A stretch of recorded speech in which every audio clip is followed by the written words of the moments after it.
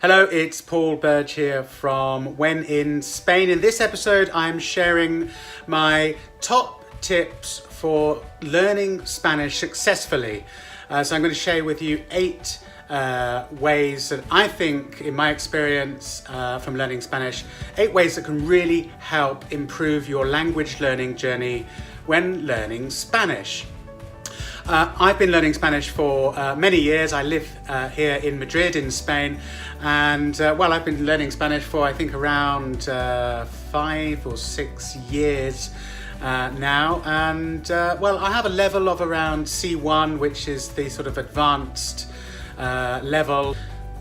As many of you may know, there is a common language European framework or something, I can't remember exactly what it's called, which gives a scale of levels for language learning. You have A1, A2, B1, B2 and C1, C2. Okay, my first tip, and this is so important, find your motivation. At the beginning of language learning, when we first decide to learn a language, we always ask, how can I learn Spanish, for example? How can I learn it? How can I learn it quickly? How can I learn it in the most painless way possible? You're asking yourself the wrong question. The question should be, quite simply, why do I want to learn Spanish? Finding your motivation to learn Spanish is absolutely essential.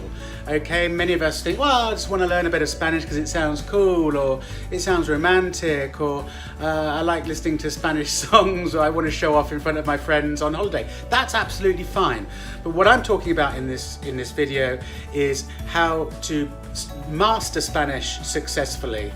You must find your motivation, whatever it is. You need a really compelling reason as to why you want to learn the language. For me personally, I had a long-held ambition that I wanted to come and live and work in Spain and settle down in Spain really long-term, if not forever. So obviously that was my key motivation. If we don't have any motivation, we are going to struggle. We're going to find it really, really hard to keep going. Think about the subjects you hated at school. For me, it was maths and physics. Detested the subjects. Not only were they boring for me, but because they were boring, I was really bad at them because I had no interest in investing any time. It's the same with learning any language, and of course with learning Spanish. Find your motivation and everything else will fall into place. Tip number 2, resist instant gratification, okay? Learning a language is not something you can do overnight, no matter what people try and sell you or tell you about learning languages.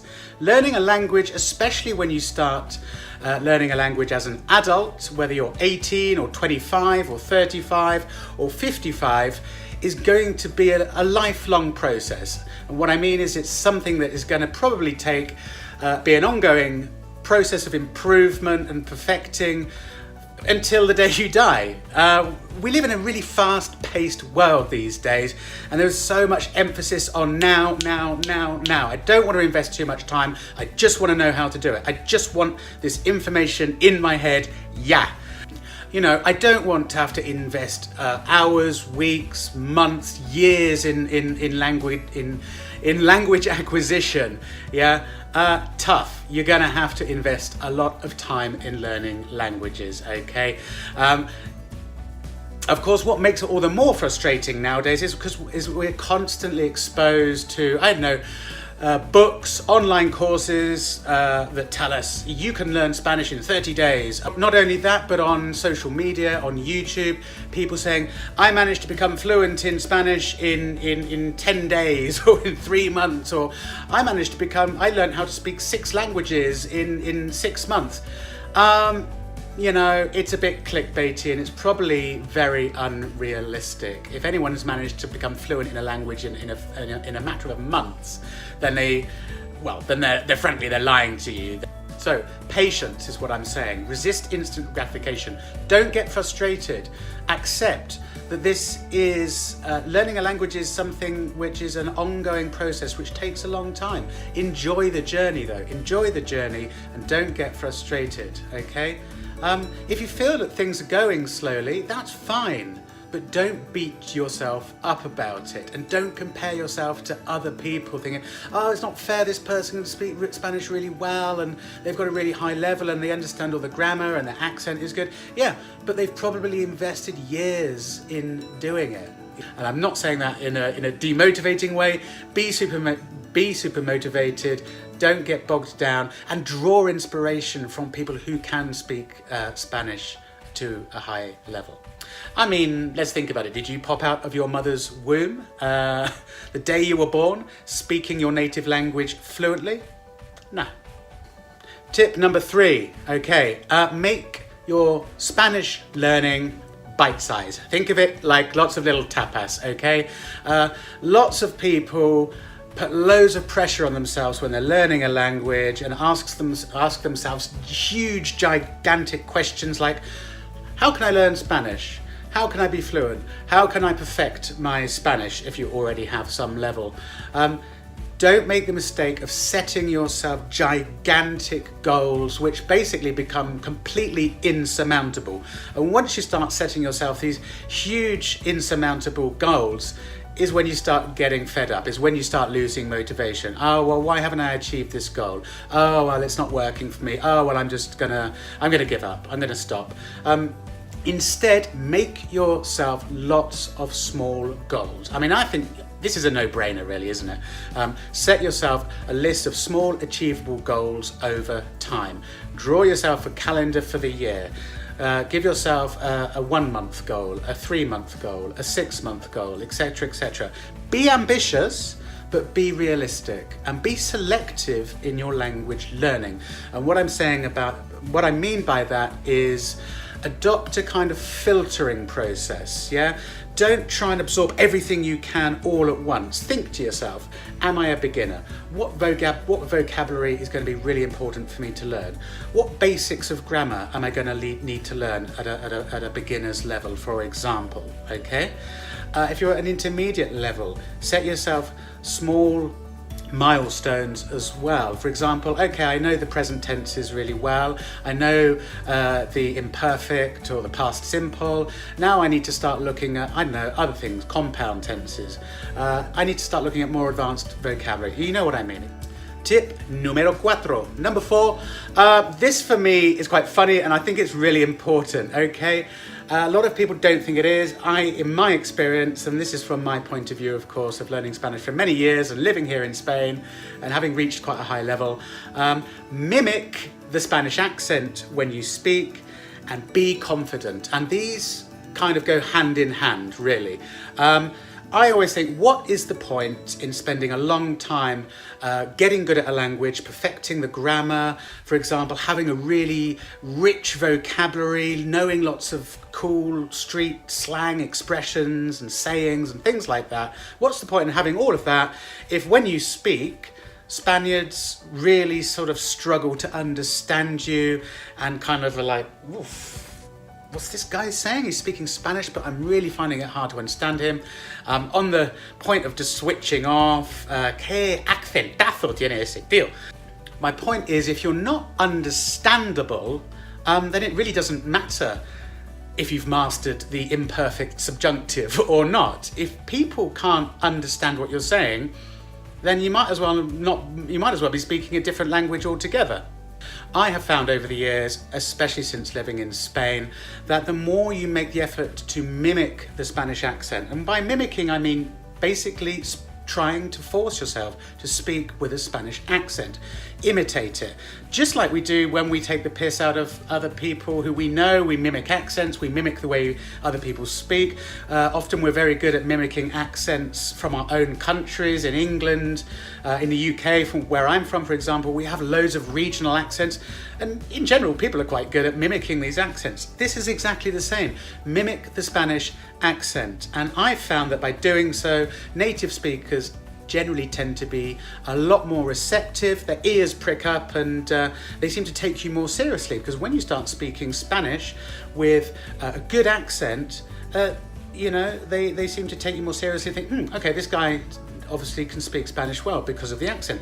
Even though, and I still do this, I still make lots of little mistakes. If I sound convincing when I speak, there are people, whether you're in a bar, a restaurant, a cafe, having to sort paperwork out, if you're trying to make yourself heard in a conversation in a group of friends, people will pay more attention, okay? I know lots of people have a phobia of speaking with a Spanish accent because they think, oh, I feel like a bit of a dick, I feel like a bit of an idiot. Seriously, get over this phobia and speak with confidence and you will sound more convincing. Think of the times when you've had a conversation with someone who's speaking English to you or your native language, but let's use English in this example. They're speaking English perfectly, fluently, even at a native level, but with a really, really thick accent, whether it's a Spanish person speaking English, a French person speaking English with an accent, a regional English accent, you know, from Liverpool, or Scottish accents, or even Jamaican accents. And think how that conversation went for you. You could understand them, but you probably had to concentrate twice as much than you would if they were speaking with an accent that you're more used to. So this is how you sound when you speak Spanish with a really heavy kind of geary accent, okay? Now, I'm not taking the piss, but think about it, you know, if I go into a bar and I'm like, oh, hola, ¿qué tal? Me llamo Paul, tengo 39 años, soy de Inglaterra, me gustaría tomar una cerveza, por favor.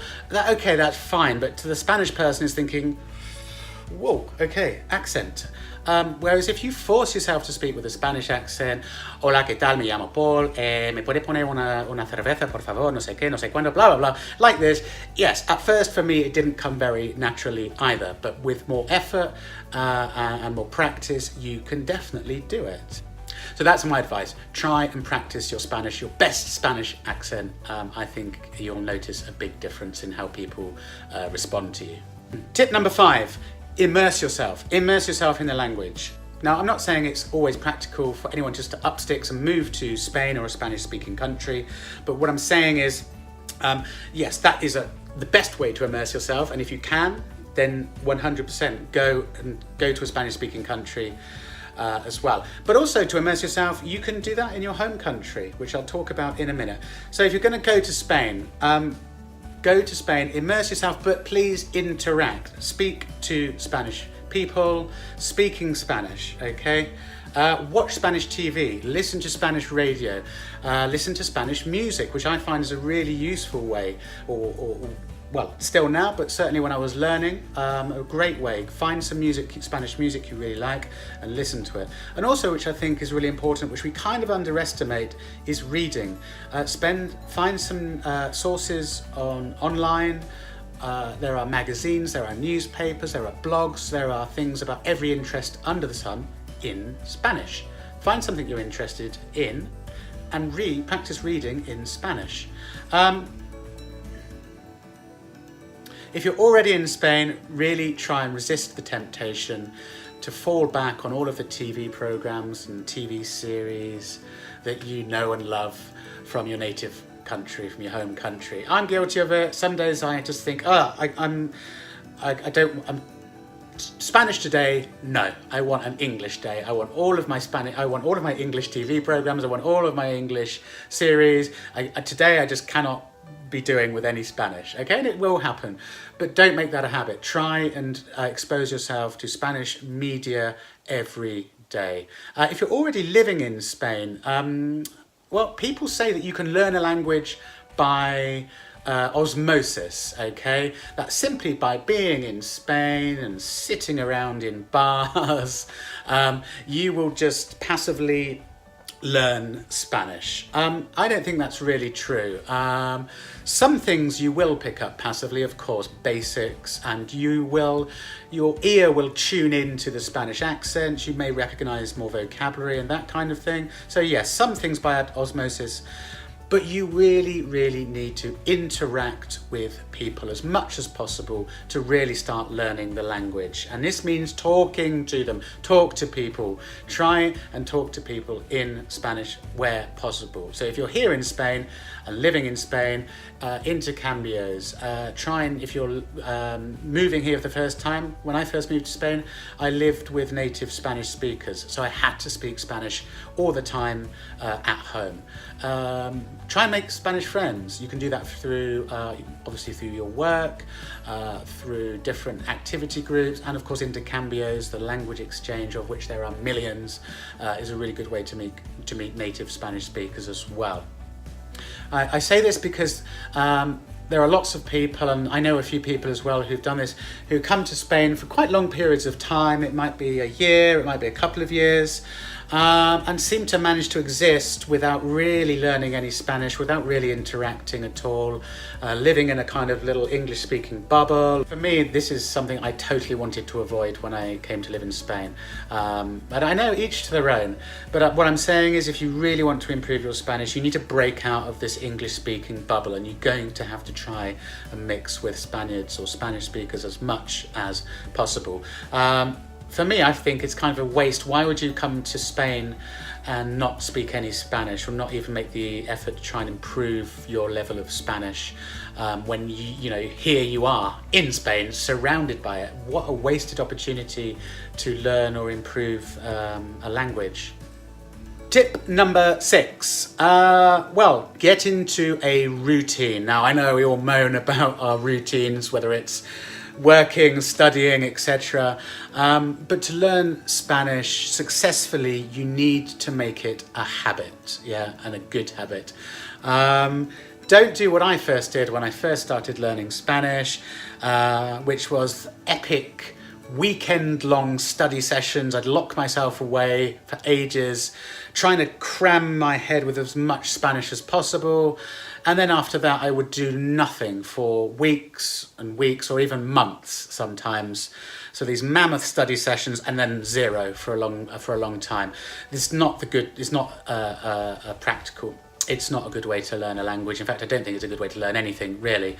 So what you need to do is adopt the approach of little and often.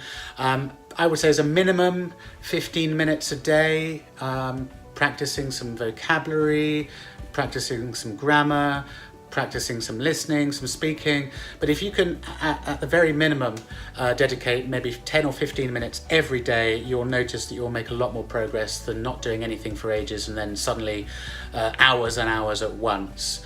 Ideally, I'd say probably a bit more than 15 minutes a day. If you can dedicate half an hour to an hour every day, or maybe 5 days a week, you will really notice an improvement in your level of Spanish. And I would say be really meticulous in your learning, okay? Think of the journey of acquiring Spanish as a language to a good level, not just as learning, but as researching. Treat it like you're working as a full-time researcher. You're researching the language at every given opportunity you have. You're trying to absorb everything about the language that you can when you can.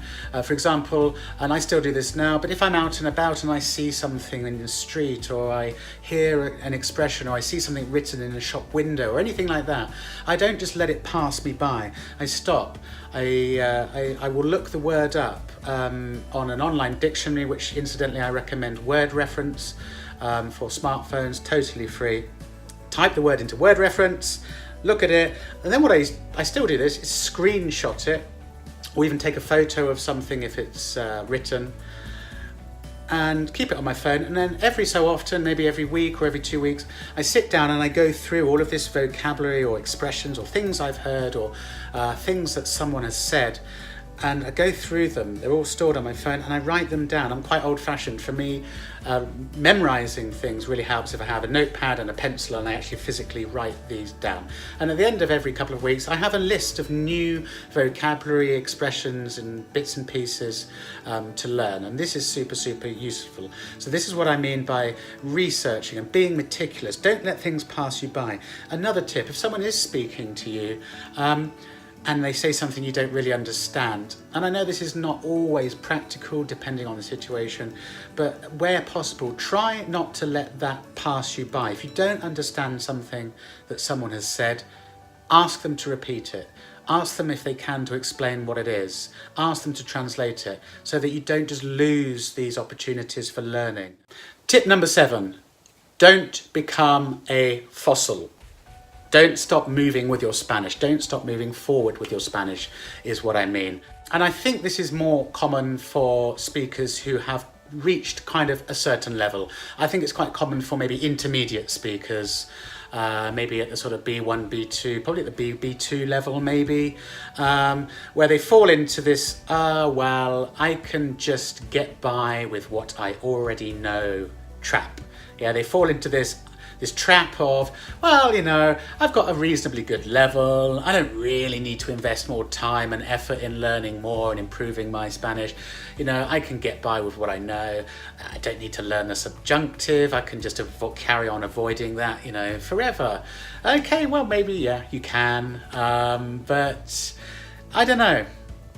Is that really what you want? You've invested this much effort in getting to a certain level that now you're just going to give up taking it forward to the next level. And effectively what you're saying by doing that is, well, I'm just happy to keep making the same mistakes again and again and again because I'm not prepared to invest any more time in learning and improving my Spanish. I was guilty of this as well, up until probably quite recently, up until maybe a year and a half ago. I felt like I was fossilizing at a sort of B2, upper B2 level, and I thought, no, I really need to get my level up to C1 now. And I did this by going to classes again, which I highly recommend. Sometimes you need to find some kind of motivation to keep pushing you to the next level. Having said that, I think it's really important to acknowledge that when you're learning Spanish or any language, that it is not a continual upwards trajectory, okay? You will go through peaks and troughs, and you will plateau, and you will sometimes feel like you're not making any progress. It happens to me still. It's happened to me lots of times before. There have been times where I feel like I've gone months and months and months, maybe even longer, without really improving my level of Spanish. There have been times when I felt like I have, in fact, my Spanish has got worse again for some reason or other. So try to stay motivated throughout all of that. It's totally normal to go through these ups and downs in language learning. Try and find ways to stay motivated. And I always think, you know, otherwise, what's the point in doing something in a half-assed way, in a half-hearted way?